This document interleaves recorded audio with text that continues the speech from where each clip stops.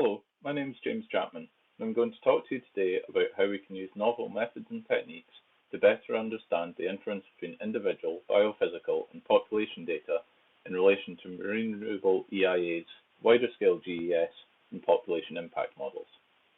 The current core requirement of EIA guidance is 2 years of monthly surveys to give seasonal and interannual variation. The focus of these surveys is on species distribution, but surveying at this level has low statistical power to detect changes due to the variation within these sites. So I'm asking, what other spatial and temporal information could we collect to increase predictability of population change?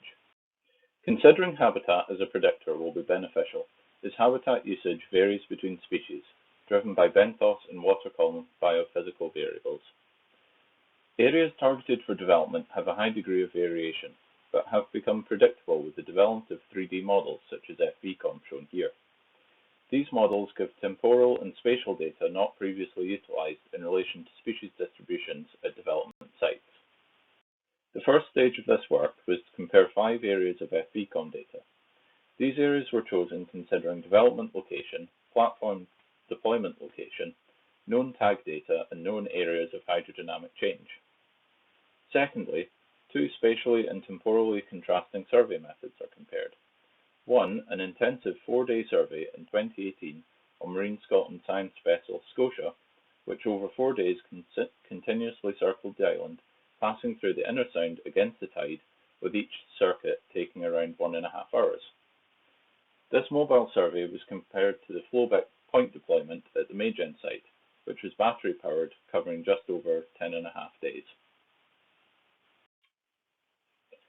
The Scotia survey featured observer and drone surveys with concurrent active acoustic deployments of an EDCP and EK60. Flowback is an active acoustic platform consisting of an ADV, ADCP, multibeam, and a similar EK60. It is only the EK60 comparisons that are presented here, as this work is still ongoing. To analyze data from within high-energy sites requires a specific approach to remove the high amount of turbulence. We therefore used an adjusted method from Fernandez 2009 for both datasets. Only fish school over depth is presented here. The FVCOM outputs detect differences in habitat within this site. Interestingly, it highlights differences between Area 2 and Area 5, which are both known animal hotspots.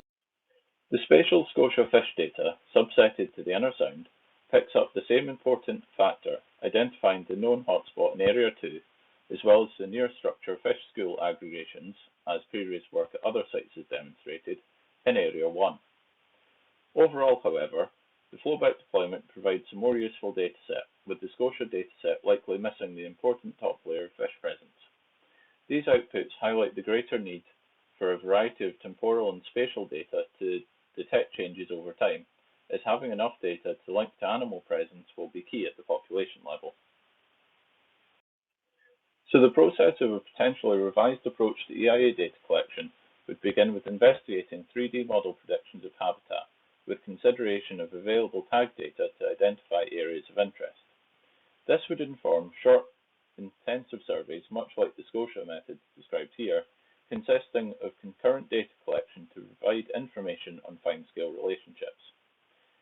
This can lead to the identification of further hotspots or locations of interest, which could be targeted by a schedule of platform deployments. These platform deployments would better detect changes in the underlying drivers of species distribution over time, rather than relying on species distribution data alone.